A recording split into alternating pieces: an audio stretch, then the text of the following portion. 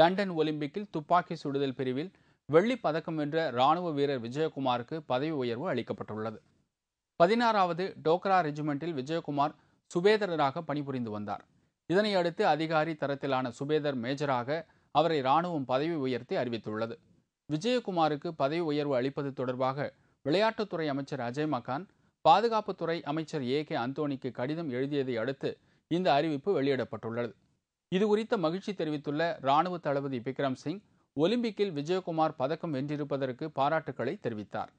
London ஒலிம்பிக்கில் ஆடவர் 25 metre rapid fire pistol துப்பாக்கி சுடும் போட்டியில் 2ஆம் இடம் பிடித்த விஜயகுமார் தேசத்திற்காக வெள்ளிப் பதக்கம் வென்று பெருமை சேர்த்தார். இதனையடுத்து அவருக்கு இந்த பதவி உயர்வு அளிக்கப்பட்டுள்ளது குறிப்பிடத்தக்கது. மேலும் ஒலிம்பிக்கில் பதக்கம் வென்ற இந்திய வீரர்கள், வீராங்கனைகளை கௌரவிக்கும் விதமாக டெல்லியில் மேஜர் தயான்சந்த் தேசிய மைதானத்தில் சிறப்பு விழா நடைபெற்றது. இதில் மத்திய விளையாட்டுத்துறை அமைச்சர் அஜய் மக்கான் கலந்து கொண்டு வீரர்களுக்கு பரிசுகளையும் பாராட்டுகளையும் வழங்கினார். இத்துடன் செய்திகள் நிறைவடைந்தன. மீண்டும் செய்திகள் பிற்பகல் 1 மணிக்கு. வணக்கம்.